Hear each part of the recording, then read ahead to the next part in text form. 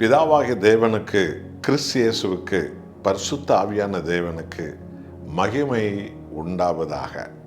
1 கொரிந்தியர் 1:14 வாசித்து பாருங்கள்.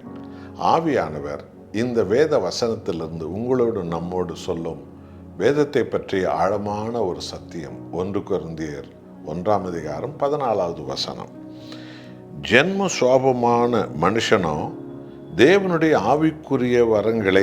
ஆவிக்குரியவைகளை ஏற்றுக்கொள்ளான். அவைகள் அவனுக்கு பைத்தியமாக தோன்றும்.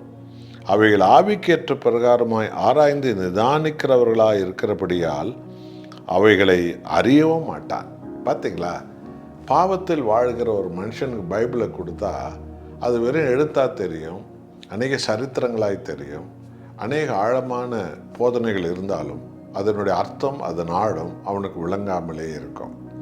ஆனால் பரிசுத்த ஆவியானவர் ஒருவரை தொடும்போது இந்த வேத சத்தியம் அவர்களுக்கு ஆச்சரியமான அற்புதங்களை கொண்டு வரும்.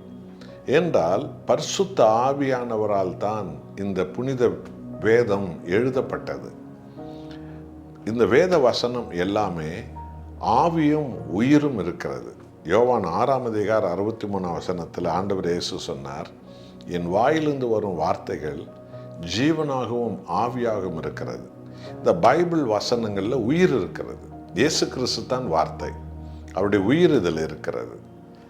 இது எப்போ உங்களுக்கு அறிய முடியும்? பரிசுத்த ஆவி உங்களை நிரப்பும் போது தான். இதில் ஆவியானவர் இருக்கிறார்.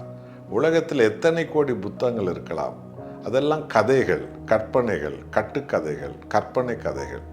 அது விருப்பம் போல் இருக்கலாம், இன்பமாக இருக்கலாம், ஆனால் அது உங்களை பாதாள குழிக்கு நடத்திவிடும். ஆனால் பரிசுத்த வேதம் மாத்திரம்தான் உங்களை பரலோகத்துக்கு வழி நடத்தும், கிறிஸ்துவிடத்தில் நடத்தும், தேவனுடைய சொந்த ஜனங்களாக உங்களை மாற்றும், உங்களை புதுபலன் அடைந்தவர்களாக மாற்றும், சாத்தானை ஜெயிக்கிறவர்களாக மாற்றும், சுகமாகிறவர்களாக வேதம் மாற்றும். வேதத்தை வாசிக்க பூரண சுகம் உண்டாகும். வேதத்தை வாசிக்க நீங்கள் அபிஷேகத்தால் நிரம்புவீர்கள். ஜெப மனிதர்களாக உங்களை அது மாற்றும், உத்தம மனிதர்களாக மாற்றும். ஆண்டவர் இயேசுவினுடைய உறுதியான அப்போஸ்தல சந்ததிகளாக அது உங்களை மாற்றிவிடும். ஆமென். அன்பானவர்களே, வெறுமனமே பாவ சிந்தையில் உள்ளவன் பைபிளை படித்தா ஒன்றுமே புரியாது. ஆனால் பரிசுத்த ஆவியால் தொடப்பட்ட ஒருத்தர் பைபிளை படிப்பாங்கன்னா ஆழங்களும் அதனுடைய வேத வசனத்தின் ஆழங்கள், மகிமைகள், மகத்துவங்கள் எல்லாமே விளங்கும். எத்தனை மகிமை இல்லையா? ஆவியானவர் நம்மை நிரப்பும்படி, வேதத்தை அறிகிற அறிவுக்கு ஆவியானவரே என்னை நிரப்பும் என்று கேட்டு பைபிளை படிப்போம். நாம் ஜெபம் செய்வோம். நல்ல ஆண்டவரே, ஜென்ம சுவாபம் உள்ள மனிதன் ஆவிக்குரியவைகளை ஏற்றுக்கொள்ளவே மாட்டான் என்பதை எவ்வளவு அழகாக எங்களுக்கு எடுத்து போதிக்கிறீர். உமக்கு கோடி ஸ்தோத்திரம். என்னோடு ஜெபிக்கிற உமது பிள்ளைகளும் கூட எத்தனையோ வேத வசனங்களை விளங்கி கொள்ளாமலே தான் இருந்தார்கள்.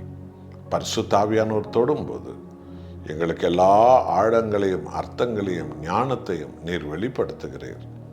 கிறிஸ்து எங்களுக்கு வெளிப்படுகிறீர். பிதா எங்களுக்கு பிரசன்னமாகிறீர். மகிமை உமக்கே. இயேசு நாமத்தில் பிதாவே, ஆமென்.